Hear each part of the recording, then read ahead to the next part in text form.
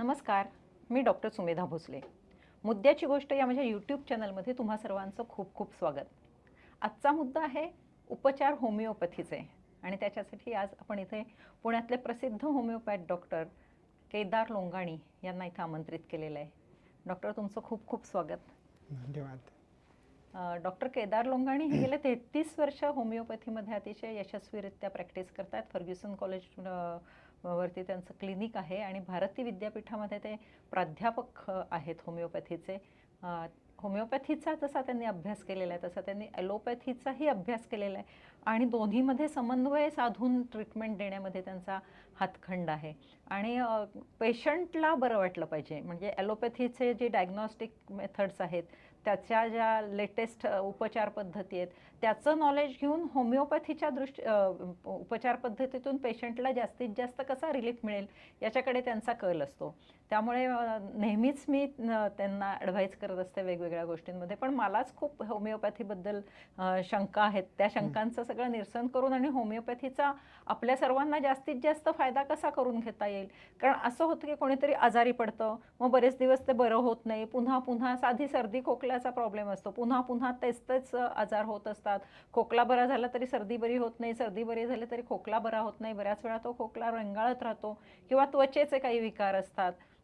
असे कुठले स्पेसिफिक वेगवेगळे आजार आहेत की त्याच्यावर होमिओपॅथी जास्ती छान काम करते आणि ती कसं काम करते याबद्दल आपल्या सगळ्यांनाच उत्सुकता आहे. आणि आपण नक्की होमिओपॅथीकडे कधी वळायचं याची माहिती घेण्यासाठी आज आपण डॉक्टरांना वेगवेगळे प्रश्न विचारणार आहोत. तुमचे जर काही प्रश्न असतील तर ते खालती कमेंटमध्ये लिहा, कारण माझ्याकडून जर काही विचारायचं राहून गेलं आणि तुम्ही ते कमेंटमध्ये लिहिलेत तर त्याच्यावरती डॉक्टर आपल्याला नंतर पुन्हा उत्तरं देतील. आपण त्यांना पुन्हा बोलावू किंवा ते तुमच्याशी कम्युनिकेट करतील. आणि मुख्य म्हणजे ही माहिती अतिशय उपयुक्त आणि महत्त्वाची आहे, त्यामुळे चॅनल आधी सबस्क्राईब करा, लाईक करा आणि शेअर करा, कारण याचा दुसरा एपिसोडही येणार आहे. तो तुमच्यापर्यंत लवकरात लवकर पोहोचेल जर तुम्ही चॅनल सबस्क्राईब केलं असेल तर.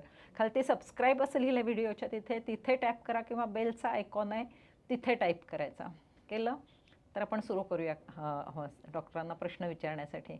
मला नेहमी डॉक्टरचा प्रश्न पडतो की नक्की होमिओपॅथीच्या मेडिसिनकडे कधी वळायचं.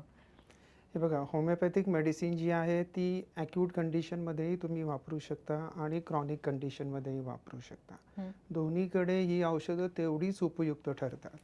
आता जनरली काय होतं की बरेचसे पेशंट लोक काय करतात की बऱ्याचशा पॅथीची औषधं आधी ट्राय करतात.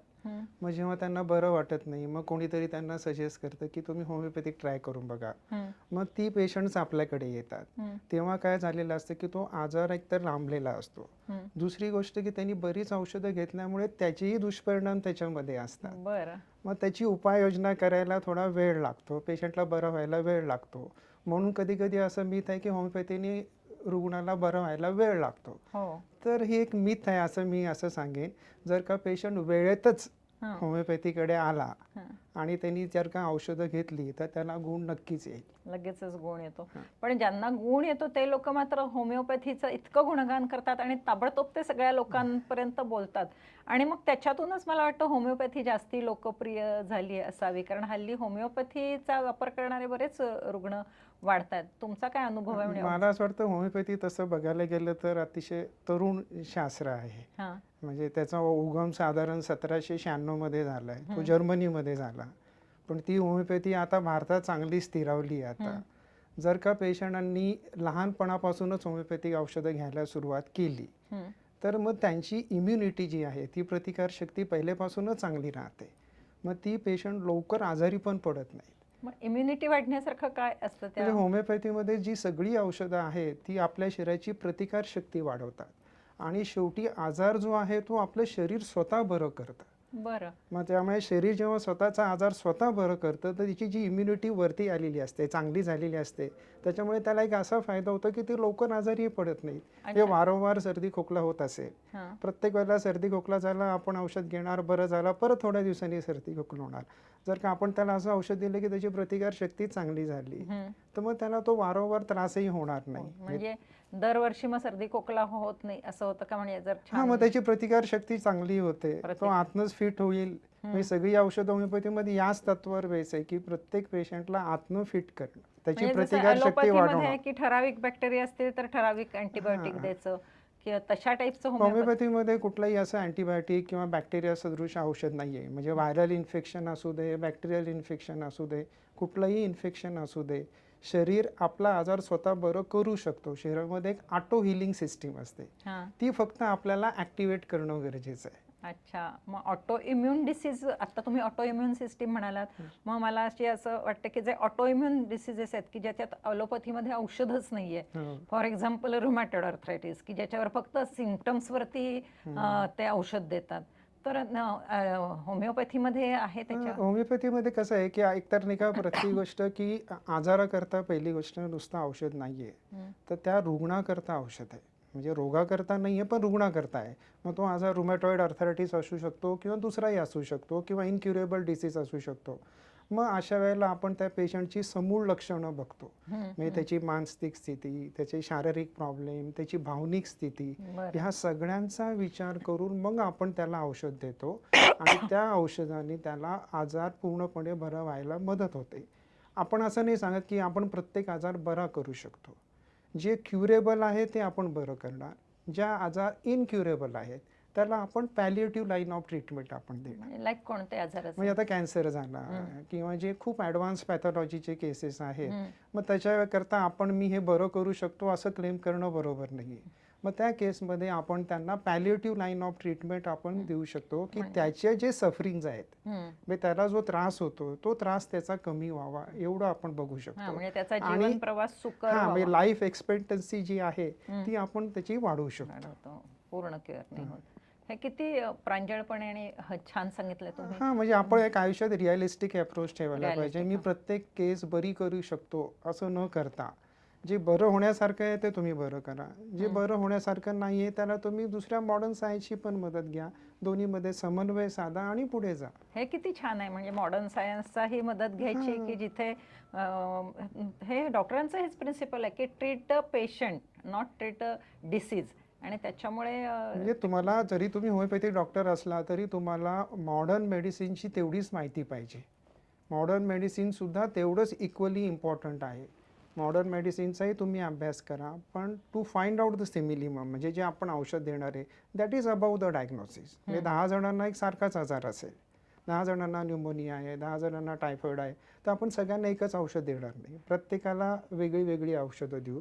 व्यक्तिसापेक्ष अशी औषधं आहेत, म्हणजे पर्सनॅलिटी बेस्ड सगळी औषधं आहेत. अच्छा, म्हणजे जर सर्दी झाली असेल तर सगळ्यांना त्या ठराविक गोळ्या नाही देणार. मग हे किती चुकीचं आहे. काही लोक जाऊन स्वतः औषधं घेऊन हां, म्हणजे येतात. सेल्फ मेडिकेशन तुम्ही करू नये असं मी सांगेन. तुम्हाला होमिओपॅथिक औषधं घ्यायची जरी असतील तरी पण ती तुम्ही तज्ञ होमिओपॅथिक डॉक्टरांच्याच मार्गदर्शन खाली घ्यावी. तज्ञ होमिओपॅथिक डॉक्टर हा खूप महत्त्वाचा आहे. कारण पुण्यामध्ये अशा बऱ्याच लोकांचं आहे की ते होमिओपॅथीचा घरी अभ्यास करतात किंवा शॉर्ट सर्टिफिकेट कोर्स करतात आणि त्याच्यातून त्या गोळ्या दिल्या मग आता जातात. तुम्ही हौशी होमिओपॅथ असाल तर कधी पेशंट बरा होऊ शकतो, कधी होऊ नाही शकत.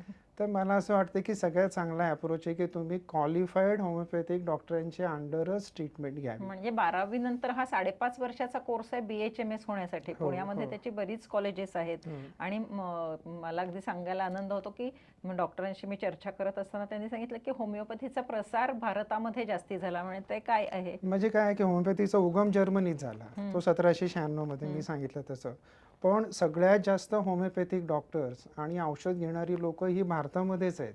म्हणजे ती होमिओपॅथी खऱ्या अर्थाने स्थिरावली ही भारतामध्ये. म्हणजे म्हणजे त्याचं जन्म जर्मनीचा असेल तरी त्याचं संगोपन भारतामध्ये झालं, झालं. त्याचा विकास आपल्याकडे झाला. अच्छा. रिझल्ट उत्तम असतात ना? रिझल्ट पण खूप चांगले जर का तुम्ही तुमचा अप्रोच सिन्सिअर असेल, तुम्ही पेशंटची बरोबर लक्षणं घेतली, त्याचं केस टेकिंग व्यवस्थित केलं, त्याचं केसचं ॲनालिसिस व्यवस्थित केलं आणि त्याला जर का योग्य औषध दिलं तर नक्कीच रिझल्ट चांगला येतो. मी असं ऐकलं होतं की तुम्ही उजव्या कुशीवर झोपता की डाव्या कुशीवर झोपता, इतकी डिटेल हिस्ट्री घेतली जाते त्याच्यामध्ये, किंवा आणखीन काय काय म्हणजे गोष्ट? एव्हरी वर्ड पेशंट स्पीक्स हां. Is important in homeopathy. बरं. मला गोड आवडतं, मला उजव्या कुशीला झोपलं की बरं वाटतं. ह्या ज्या छोट्या छोट्या गोष्टी आहेत, मला थंडी जास्त वाजते की किंवा मला घरात ओपन एअरमध्ये गेलं की बरं वाटतं, ह्या सगळ्या छोट्या छोट्या ज्या गोष्टी आहेत याला सुद्धा होमिओपॅथीमध्ये महत्त्व आहे. म्हणजे प्रत्येक लक्षणाला काहीतरी महत्त्व आहे पण आपल्या लक्षात येत नाही. तर जेव्हा आपण ती सगळी लक्षणं घेतो, त्या सगळ्या लक्षणाचा टोटॅलिटी ऑफ सिम्पटम करतो आणि मग त्याच्यावर बेस त्याला आपण औषध देतो.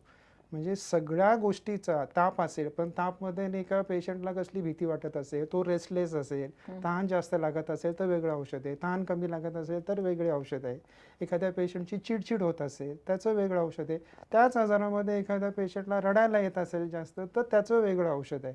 म्हणजे इतकं डिटेलमध्ये त्या पेशंटचा या शास्त्रामध्ये अभ्यास केला जातो.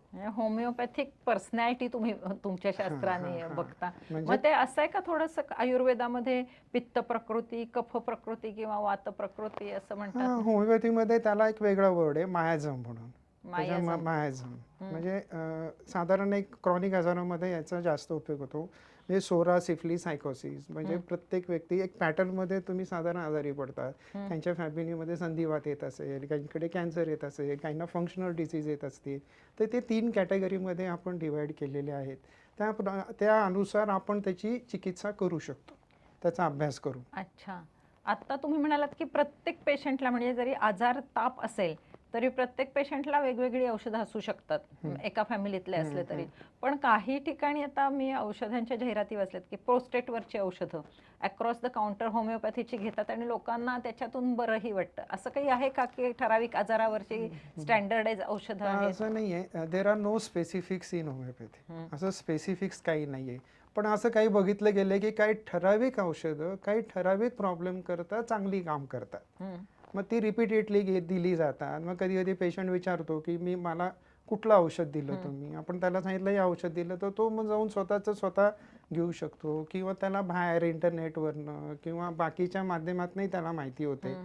पण तरी पण मी असं सांगेन की सेल्फ मेडिकेशन करण्यापेक्षाही तुम्ही डॉक्टर किंवा तज्ञ डॉक्टरांच्या सल्ल्याने औषधं घ्या. हो, कारण जर तुमची पर्सनॅलिटी ठरवत असेल, की तुमच्या छोट्या-छोट्या सवयीवरून जर तुम्ही डायग्नोसिस करत असाल, तर प्रत्येक व्यक्तीच्या सवयी अगदी तुम्ही सेल्फ मेडिकेशन केलं तर तुम्हाला तात्पुरता आराम मिळू शकतो.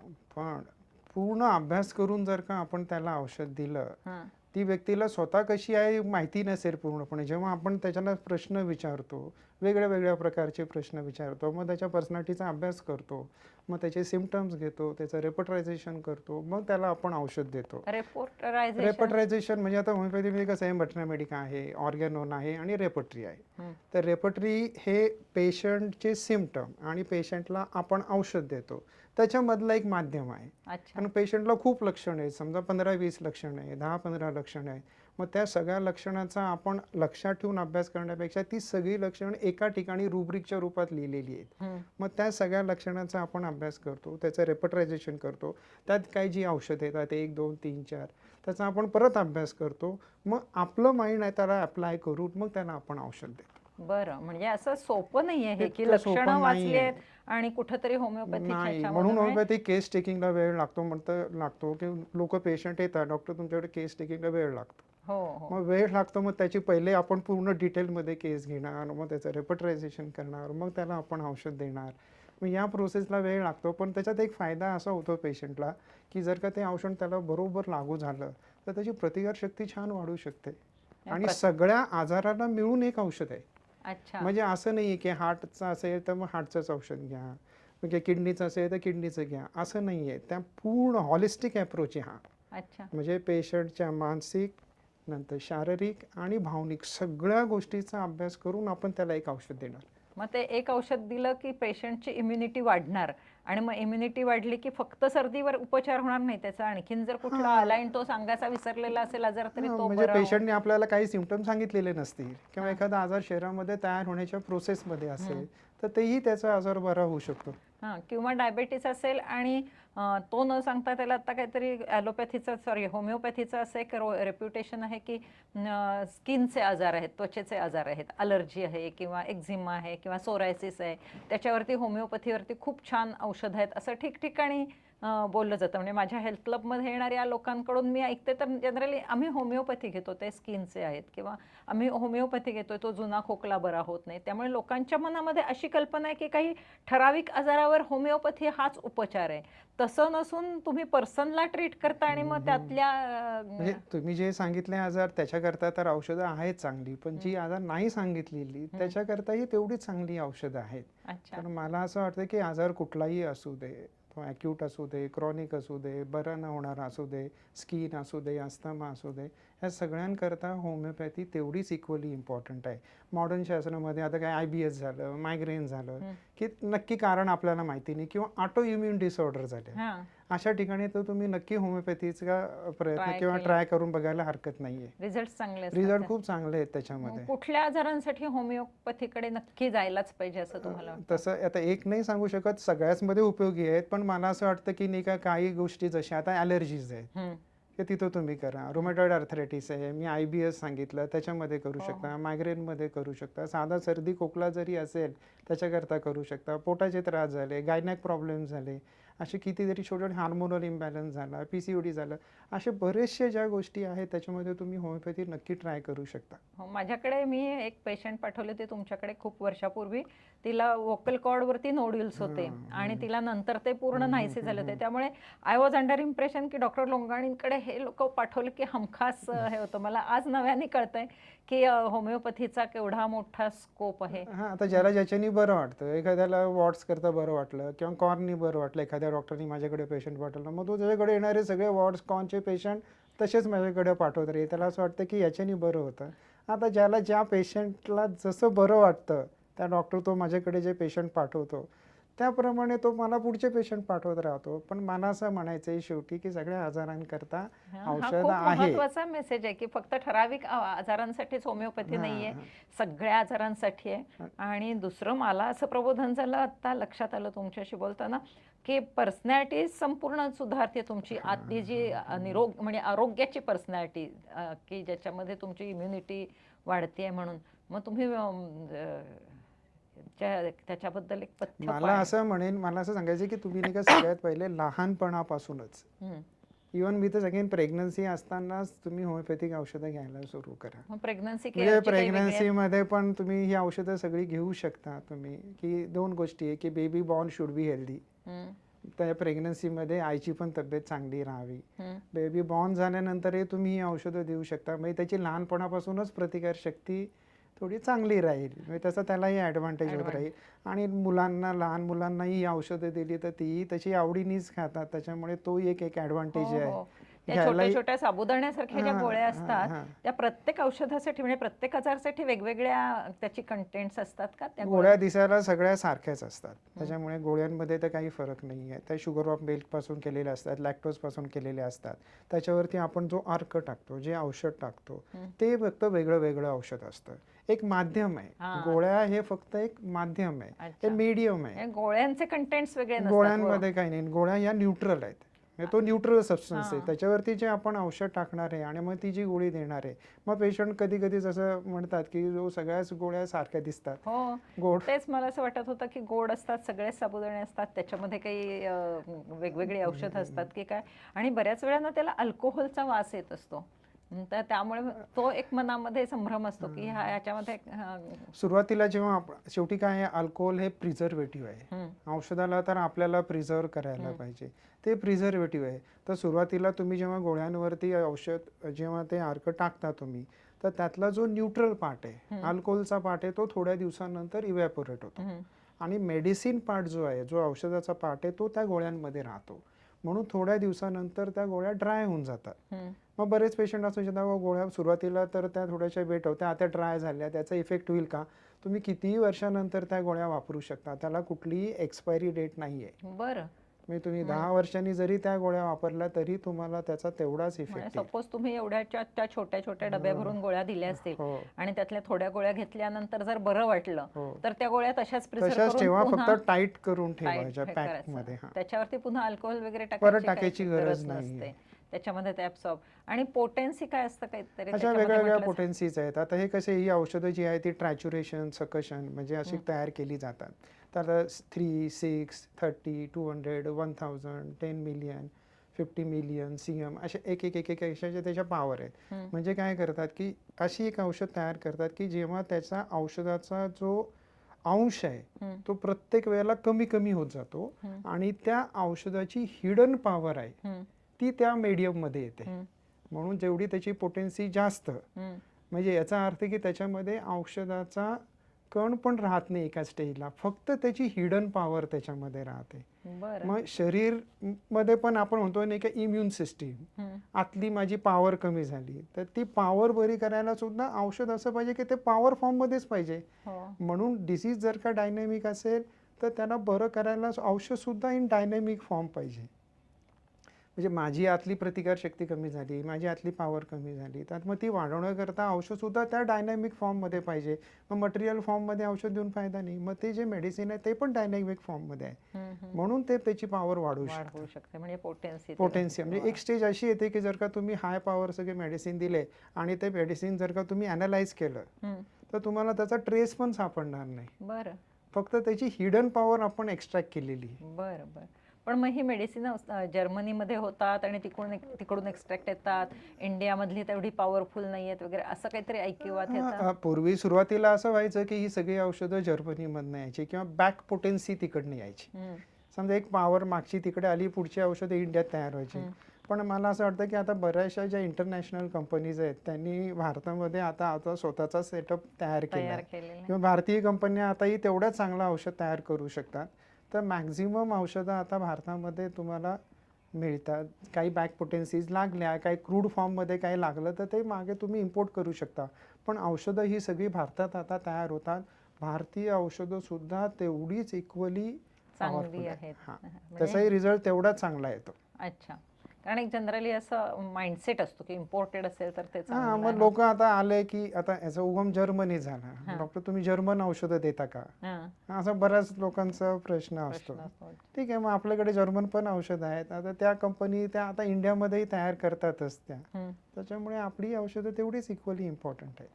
हल्ली जसं क्रोसिन पूर्वी प्रत्येकाच्या घरी असायचं तसं हल्ली अर्निकाच्या बॉटल्स दिसतात. अर्निकाने ताप कमी होतो का? अर्निका बेसिकली काय आहे की इंजुरी, मुकामार, म्हणजे कोणाला काय लागलं, आता बाळ सारखं सारखं पडतंय, डोक्याला लागलं, इथे लागलं, मुकामार लागला आणि लागल्यानंतर ते सोर ब्रूज फिलिंग, सगळं अंग दुखतंय, पेन होतंय, तर हे अर्निका हे आपण फर्स्ट एड म्हणून वापरू शकतो. अच्छा.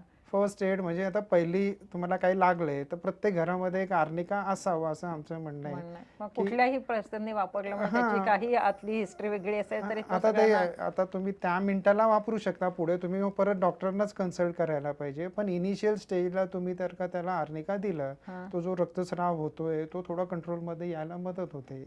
डोक्याला मार लागला असेल तरी तुम्ही त्यावेळेला फर्स्ट एड म्हणून अर्निका देऊ शकता. मुका मार लागलाय तरी तुम्ही अर्निका देऊ शकता. म्हणजे अर्निका एक मस्ट असं एक औषध आहे की जे प्रत्येकाकडे असायलाच हवं. आणि तुम्ही म्हणालात ते ऑटोइम्युन जसा रुमॅटॉइड आर्थरायटिस आहे तसं स्क्लेरोसिस किंवा आणखीन कुठले असे डिसीजेस आहेत की त्याच्यावरती म्हणजे आता जसं मी सांगितलं काही केसेस आता इनक्युरेबल केसेस आहेत. दुसरे काही केसेस आहेत जसं तुम्ही म्हणाला की आता ऑटोइम्युन डिसऑर्डर्स आहेत. तर सगळ्या ऑटोइम्युन डिसऑर्डरमध्ये तुम्ही होमिओपॅथिक औषधं घेऊ शकता. कारण की काय आहे की तिथं प्रत्येक वेळेला आपल्याला कॉज माहिती नाही आहे. आता जर का आपल्याला त्याचं कारण माहिती नसेल तर मग त्या व्यक्तीची सगळी हिस्ट्री आपण घ्यायला पाहिजे.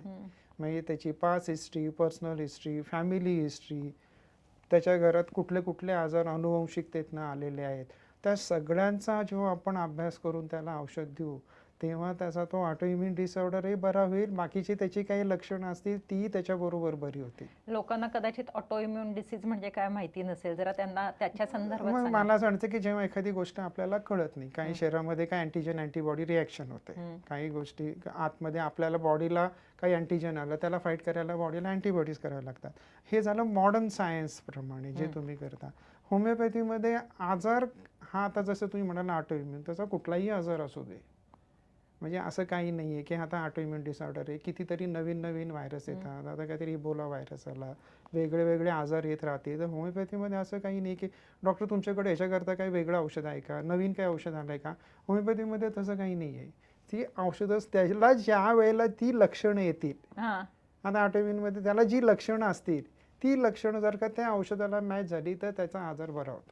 अच्छा, म्हणजे सिम्प्टमॅटिक ट्रीटमेंट देतात असं नाही, म्हणजे त्याची लक्षणं ठरवून म्हणजे सिम्प्टम्सचा अभ्यास करून औषधं दिली जातात. त्या आजाराची त्याची जी लक्षणं आहेत ती तर आहेतच त्याला, त्याच्याबरोबर त्याची पर्सनल जी लक्षणं आहेत, जसं मी मागे सांगितलं त्याची चिडचिड होते का, त्याला गोड आवडतं का, गार पाणी पिलं की बरं वाटतं का, गरमनी बरं वाटतं का, ही सगळी त्याची मनस्थितीचा सगळ्यांचा विचार करून, फॅमिली हिस्ट्रीचा विचार करून मग आपण औषध योजना किंवा अशी आपण ट्रीटमेंट प्लॅन करतो आणि मग तेव्हा त्याला ते औषध देतो. अच्छा.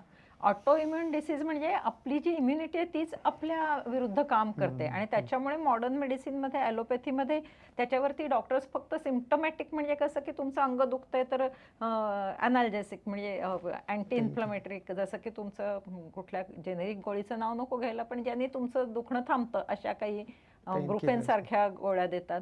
तसं यांच्याकडे तसं नाही आहे होमिओपॅथीमध्ये. यांच्यामध्ये तुमची इम्युनिटीज वाढवायची आहे आणि ती चांगल्या दृष्टीने वाढवायची आहे. ते सुद्धा तुमच्या लक्षणांवरून आणि तुमच्या बिहेवियरवरून आणि तुमच्या पर्सनॅलिटीवरून ते ठरवतात. त्यामुळे पर्टिक्युलर असं नाही आहे की ह्या आजारासाठी अमुक वापरायचं आहे, त्या आजारासाठी ते अमुक वापरायचं आहे, त्या व्यक्तीसाठी वापरायचं आहे. म्हणजे तुम्ही व्यक्तीला ट्रीट हा, करता. त्याला ट्रीट करतो. म्हणजे त्याला आम्ही होमिओपॅथीमध्ये म्हणतो की व्हायटल फोर्स आहे. तो व्हायटल फोर्स काही कारणाने डिरेंज झाला, काही कारणाने मग त्याची पॉवर आपली ते कमी झाला, डिरेंज झाला, तर तुम्हाला आजार होतात. मग परत तुम्ही त्याला होमिओपॅथिक औषध देऊन त्याचा तो जो व्हायटल फोर्स आहे त्याला परत बॅक टू नॉर्मल स्टेजला आणा, म्हणजे परत तुमचा आजार बरा होऊन जाईल. आजार खूप येतील, ऑटोइम्युन येते, नवीन मॉडर्न आजार येते, पण ट्रीटमेंट प्लॅन तुमचा तोच राहणार आहे. बरं. म्हणजे प्रत्येक वेळी जर मी तुमच्याकडे वेगळा आजार घेऊन आले तर तुम्ही मला माझी जी तुमची जी पर्सनॅलिटी, तुम्ही जरी नवीन आजार जरी घेऊन आला तरी मला पूर्ण केसच त्याची घ्यावी लागणार, त्याच्या आवडीनिवडी बघून. आणि त्या केसला मी एखाद्या मागे औषध दिलं असेल, दुसरा पेशंट तसाच आला पाठवला तर कदाचित त्याला तेच औषध देणार नाही, दुसरं औषध नाही. आता सपोज एखादी व्यक्ती तुमच्याकडे आज आली की काहीतरी व्हायरल इन्फेक्शन आहे, सर्दी खोकला झालं, पुढच्या वेळी जर ती आली की बाई असेल, तिला जर काहीतरी मेन्स्ट्रुअल प्रॉब्लेम्स असतील, मासिक पाळीच्या तक्रारी असतील, तरी मग औषधामध्ये तशी उपाययोजना बदलत जाईल, त्याचं कॉन्स्टिट्यूशन तेच राहील. त्यावेळेला तुम्ही त्याला एक औषध दिलं आणि सर्दी खोकला बरा झाला, मग त्याला त्या मिनिटाला तुम्ही त्याला अॅक्यूट मेडिसिन देऊन बरं केलं, पण त्याच्यानंतरही त्याला त्याच्या व्यक्तिमत्वाचं औषध देणं तेवढंच गरजेचं आहे की त्याला परत लवकर आजार होऊ नयेत म्हणून. सोरायसिस सारख्या आजारमध्ये व्यक्तिमत्वात काय असतं? सोरायसिस आता काय आहे, आता सोरायसिस का होतो प्रत्येक वेळेला आपल्याला माहिती नाही, वेगळी त्याची कारणं आहेत. त्याच्यामध्ये हा तसा बघायला गेला तर एक चिवट आजार आहे, याला थोडा वेळ लागतो त्याला बरं व्हायला. मग यामध्ये तुम्ही त्याची पूर्ण स्किनची जी काय त्याची सिम्पटम्स आहेत ती तर आपण घेणारच आहे, त्याच्यामागे प्रॉबेबल काही कारणं असतील ती आपण परत शोधूया. प्लस त्याच्या व्यतिरिक्त त्याच्या मानसिक त्याच्या म्हणजे मनाचा नीट विचार करून, त्याच्या भावनांचा विचार करून, म्हणजे शारीरिक तर तुम्ही सोरायसिस बघितलंच आहे, त्याच्याबरोबर परत त्याच्या मनाचा आणि भावनिक याचा अभ्यास करून मग तुम्ही त्याला औषध देणार आहे.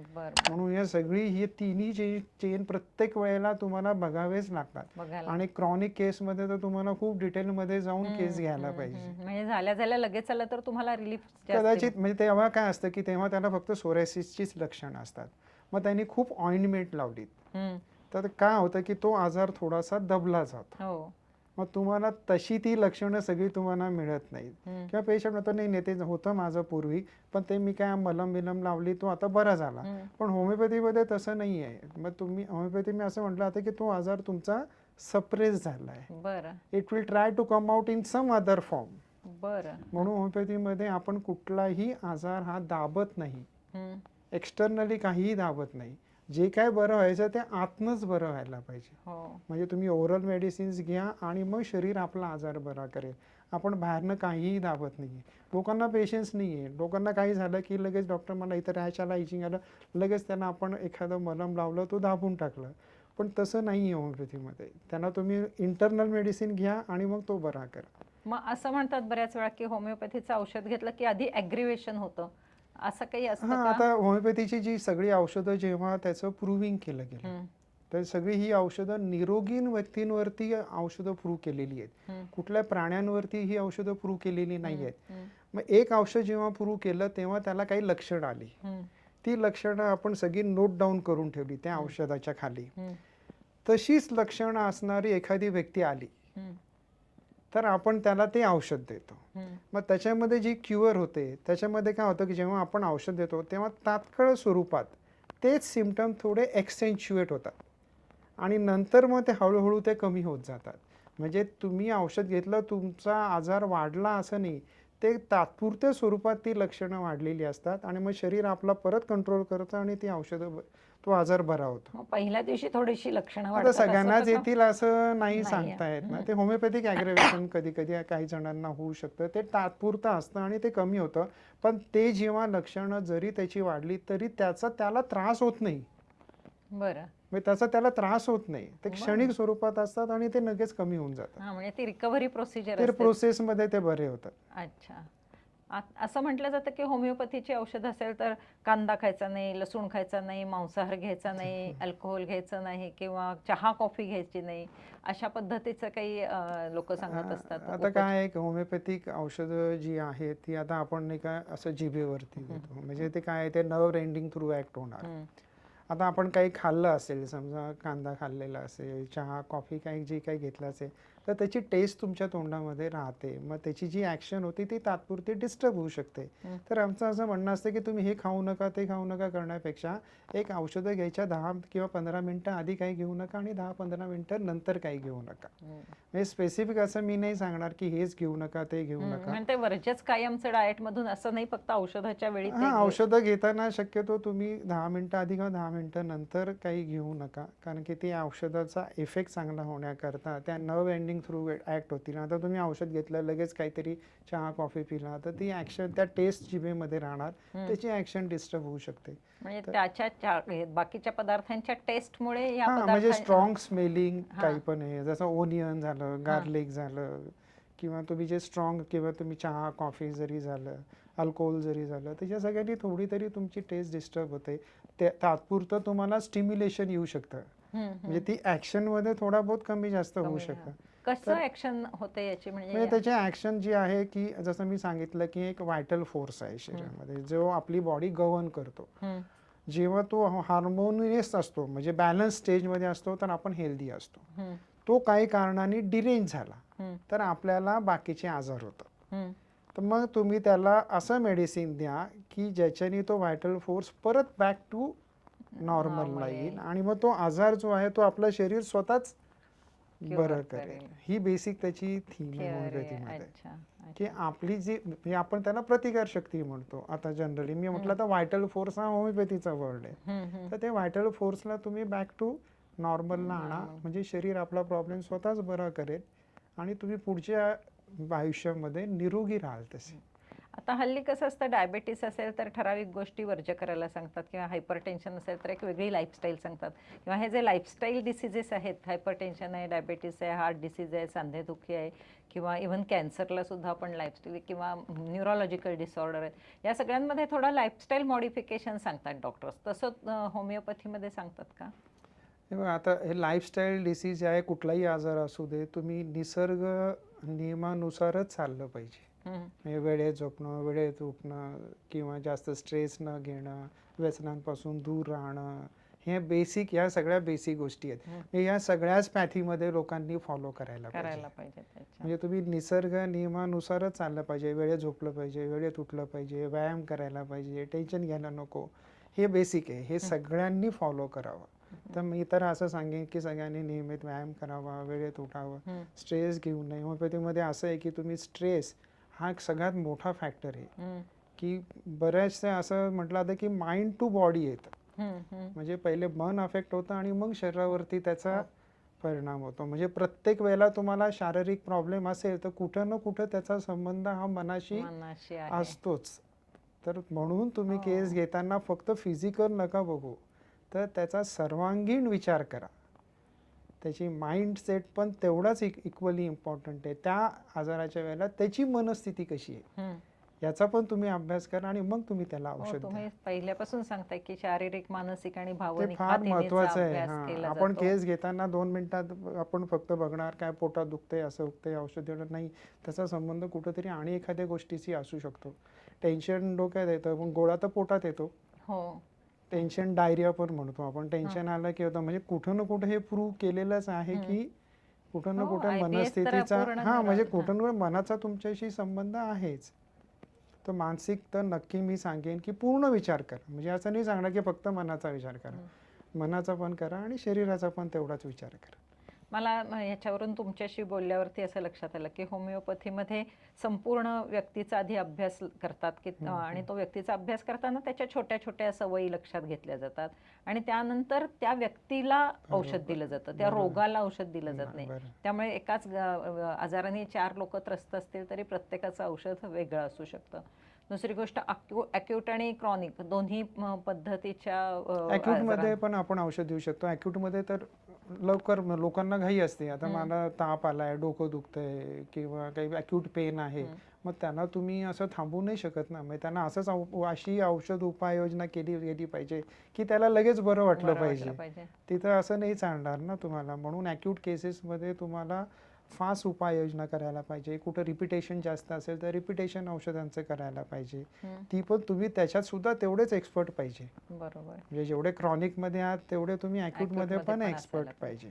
आणि मी असं ऐकलं होतं की होमिओपॅथीमध्ये खूप कमी औषधं देतात. हा, म्हणजे होमिओपॅथीची जी मेन तत्व आहे त्याच्यामध्ये कमीत कमी औषध, एका वेळेला एकच औषध आणि व्यक्ती सापेक्ष औषध, ही 3 मूलतत्व आहेत. अच्छा. म्हणजे कमीत कमी औषध, मिनिमम डोस, कमीत कमी औषधाने पेशंटला बरं करणं. फार जास्त औषधं नाही, खूप त्याच्यावरती भडीमार करायचा नाही आणि बरं व्हायला खूप औषधाची गरजच नाहीये. फक्त औषध बरोबर पाहिजे आणि मिनिमम डोस. कारण आपण बघतो काही वेळा पेशंटला स्पेशली मेटाबॉलिक सिंड्रोम सारखा आजार असेल डायबिटीसचा तर बऱ्याच प्रकारची औषधं दिली जातात. तसं होमिओपॅथीमध्ये औषध जास्त नाही आणि शरीराला काहीतरी रिॲक्शन करण्याकरता फार औषधाची गरज नाही आहे. एखाद्याला काही एखादा टेस्ट डोस दिला आपण औषधाचा, तो मिनिमम क्वांटिटीमध्ये देतो, पण त्याच्यानी सुद्धा ॲनाफिलॅक्टिक रिॲक्शन येऊ शकते. म्हणजे सांगायचं हेतू काय की कमी औषध जरी दिलं तरी शरीरामध्ये रिॲक्शन किंवा बॉडी ॲक्टिव्हेशन होणं पॉसिबल आहे. तर माझं असं म्हणणं आहे की औषधाची मात्रा कमीत कमी ठेवावी. आता एखादी व्यक्ती आहे की तिला काहीतरी डायबिटीस आहे, हायपर टेन्शन आहे आणि त्याला आता स्वतःला स्किनचा डिसीज झाला म्हणून ते होमिओपॅथीकडे आले. कारण या जनरली डायबिटीसला स्किनच्या डिसऑर्डर्स होतातच आणि लोक पॅनिक होतात त्या डिसऑर्डर्समध्ये, स्पेशली डायबेटिक न्यूरोपॅथी वगैरे असं झाल्यावर. तर मग तुम्ही त्यावेळी ॲलोपॅथीची औषधं बंद करायला सांगता का त्यांना? नाही, माझा तरी असा फ्रँक सल्ला आहे की डायबिटीस असेल, ब्लड प्रेशर असेल तर तुम्ही जी औषधं घेता ती तुम्ही चालूच ठेवा. बरं. साईड बाय साईड समजा डायबिटीस होण्यामागे काहीतरी स्ट्रेस असेल किंवा स्ट्रेस डायबिटीस असेल, ब्लड प्रेशर मागे सुद्धा टेन्शन असेल, स्ट्रेस असेल, तर तुम्ही अशी औषध उपाययोजना करा की त्याच्याने त्याचा स्ट्रेस कमी होईल, बाकीच्या गोष्टी कमी होतील, म्हणजे आपोआप त्याची शुगर पण कमी होईल, बीपी पण कमी होईल. मग तो ज्या डॉक्टरांकडे फिजिशियनकडे जातो तेच डॉक्टर त्याचा डोस कमी करतील. तर माझं असं म्हणणं आहे की एकदम तुम्ही कुठलीही औषधं मनाने बंद करू नका. किंवा तुम्ही होमिओपॅथी डॉक्टरांकडे गेला तरी पण एकदम की शुगरची औषधं बंद करा, बीपीची बंद करा, असं करू नका. तुम्ही तीही चालू ठेवा, हीही चालू ठेवा. जसं जसं बरं वाटेल तसं तसं त्या औषधाचा डोस तुम्ही कमी कमी करत न्या. म्हणजे होमिओपॅथी आपल्याला लागू होते हे जसं जसं तुमचा आजार बरा होईल तसं तुम्हाला कळेलच. मग म्हणजे तुम्हाला वेल बिईंग फिलिंग यायला लागलं, तुम्ही रिलॅक्स झाला, रिलॅक्स झाल्यानंतर तुमची शुगरही कमी झाली, तुमचं बीपी कमी झालं, तर ऑटोमॅटिकली ज्या डॉक्टरांकडे जातो तेही डॉक्टर त्याचा डोस कमी करते. म्हणजे मला काय सांगायचं आहे की होमिओपॅथी, बाकी शास्त्र जी काही मॉडर्न मेडिसिन्स आहे ते are like a parallel line. ते काय they reach at the same goal. आपल्याला त्याच गोलला पोचायचं आहे. आपला गोल काय आहे शेवटी की आपल्या पेशंटला बरं करायचं. हा आपला मेन गोल आहे. मग तुम्ही कुठल्या पॅथीची औषधं घेता मी असं नाही सांगू शकत. तुम्ही कुठल्याही पॅथीची औषधं घ्या, सगळ्यांचा एकच गोल आहे की पेशंटला बरं करणं. फक्त कशा पद्धतीने बरं करतो ते आपण फक्त बघायचं आहे. कुठली औषधं घेतली तर जरुरी नाही की त्या बॉडीमध्ये ते क्लॅश होतील. तुम्ही आपल्या पद्धतीने औषधं द्या. बरेचसे पेशंट अशी येतात की ज्यांनी खूप औषधं घेतलेली असतात. होमिओपॅथीमध्ये अशी पण औषधं आहेत की त्याचे साईड इफेक्ट्स पण आपण कमी करू शकतो. आता किमो घेणारे आहेत, रेडिएशन करणारे लोक आहेत, ठीक आहे तुम्ही रेडिएशन घेताय, ठीक आहे चालू ठेवा, पण त्या रेडिएशनचे साईड इफेक्ट कमी करणारी पण होमिओपॅथीमध्ये छान औषध आहे. किमोथेरपी घेतात त्याचे साईड इफेक्ट करणारी, तेही चालू ठेवा. तुम्ही त्याच्याबरोबर ही पूरक म्हणून म्हणजे होमिओपॅथी हे पूरक सायन्स नाही आहे, होमिओपॅथी एक मेन सायन्स पण आहे. हे मेन सायन्स पण आहे. पण कधी तुम्हाला अशी वेळ आली की त्यावेळेला ते कुठलं औषध द्यायचं, तर बरेच पेशंट असे येतात की डॉक्टर आम्ही किमो घेतोय, रेडिएशन घेतोय, काही तुमच्याकडे औषधं आहेत का त्याची साईड इफेक्ट कमी होणारी, तर आपण त्याची औषधं आपण त्यांना देऊ शकतो. म्हणजे दोन्ही बॅलन्स होऊ शकतं. म्हणजे त्यालाही किमो मिळू शकते, त्याचाही फायदा होऊ शकतो, प्लस की रेडिएशनचे साईड इफेक्ट कमी होऊ शकतात, त्याचाही त्याला फायदा होऊ शकतो. म्हणजे तर मग डायबेटीस आणि हायपरटेन्शन असणारे पेशंट ॲलोपॅथीकडे न जाता तुमच्याकडेच आले सपोज, तर तुम्ही हां, म्हणजे मी असं सांगेन की तो खूपच इनिशियल स्टेजला आलाय. म्हणजे डायबिटीस आहे, पण ती जस्ट सुरुवात आहे. अजून त्याची फारच बिगिनिंग स्टेजला आहे. तर त्यावेळेला तुम्ही औषधं देऊ शकता. पण होमिओपॅथी ऑलरेडी त्याचा डायबिटीस खूपच ॲडव्हान्स झालाय, तो इन्शुलिन घेतोय.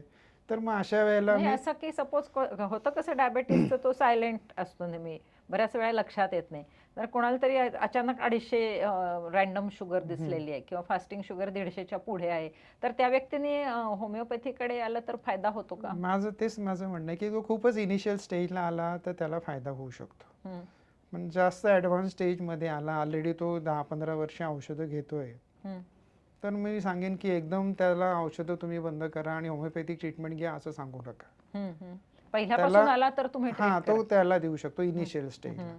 अशा वेळेला तुम्ही त्याला होमिओपॅथिक औषधं देत राहा.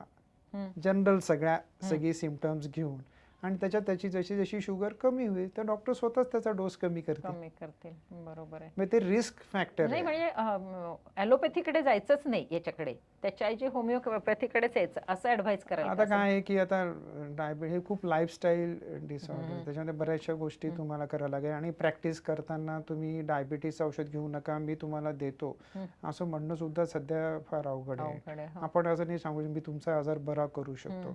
काही आजार असे आहेत तेवढं ठीक आहेत, काही ठराविक आजार सोडून तुमच्याकडे बऱ्याचशा गोष्टी आहेत, त्याच्यावरती तुम्ही फोकस करा. तिकडे तुम्ही त्यांना बरं व्हायचं औषध द्या, इथं तुम्ही त्यांना पॅलिएट करा, त्यांचे सिम्पटम्स कमी करा. तुम्हाला असं कधी होमिओपॅथीची ट्रीटमेंट देताना असं वाटलं का की इथे ॲलोपॅथीची मदत घ्यायला लागणार आहे?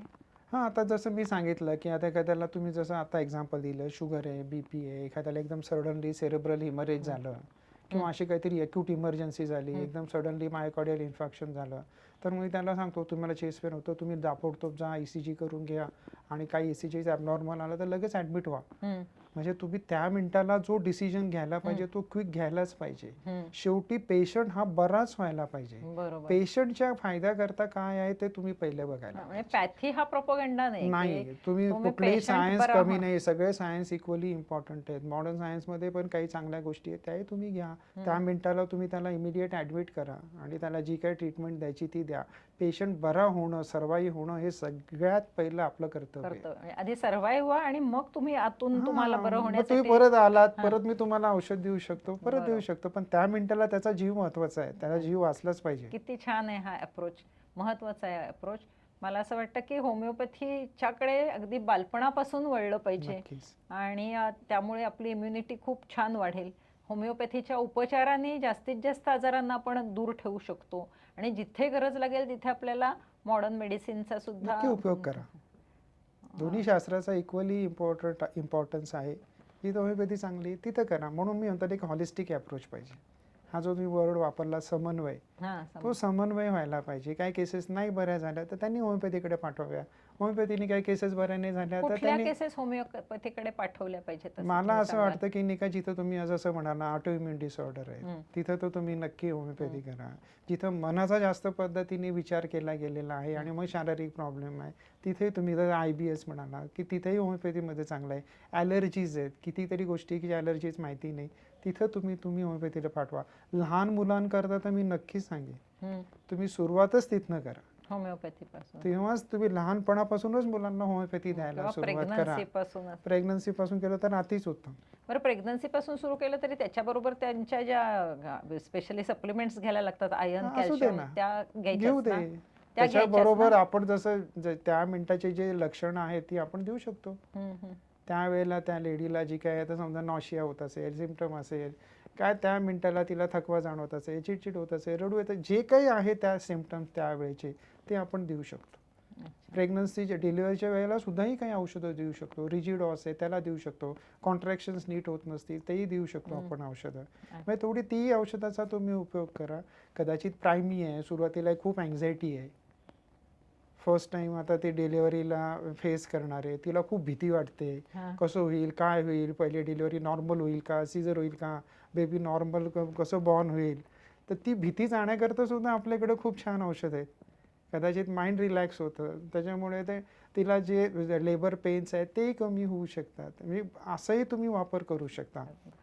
अशी ही होमिओपॅथी आहे की ज्याचा सर्व आजारांवरती छान इफेक्ट होतो.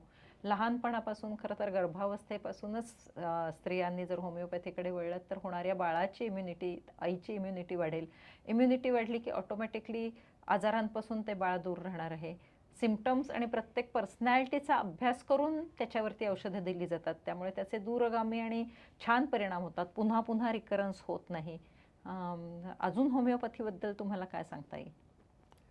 मला आता शेवटी असं सांगावंसं वाटेल, की होमिओपॅथी हे निसर्ग तत्वावर बेस असलेलं शास्त्र आहे. हं.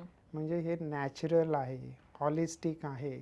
सगळ्यांनी या पॅथीचा जास्तीत जास्त उपयोग करावा आणि त्याच्यापासून जास्तीत जास्त फायदे मिळवून घ्यावे आणि तुम्ही जास्तीत जास्त स्वस्थ राहावं, हीच मी ईश्वरचरणी प्रार्थना करतो. किती छान आहे. डॉक्टरांनी प्रार्थना केली आहे तुमच्या सगळ्यांसाठी. होमिओपॅथीचा सुद्धा छान प्रसार केलेला आहे. भारतामध्ये तर ती छान मोठ्या प्रमाणात वापरली जातेच आहे. घरोघरी होमिओपॅथी पोहोचायला हवी. कारण होमिओपॅथीचा प्रत्येक आजारावर छान इफेक्ट होतो.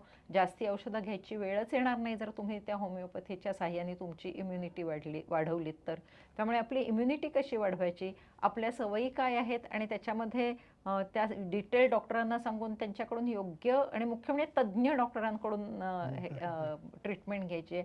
हा महत्त्वाचा आपण सल्ला लक्षात ठेवूया. आणि कुठलाही तुमचा जो आजार आहे जो बरा होत नाहीये त्याच्यासाठी नक्की होमिओपॅथी आपण ट्राय करूया. धन्यवाद. थँक्यू.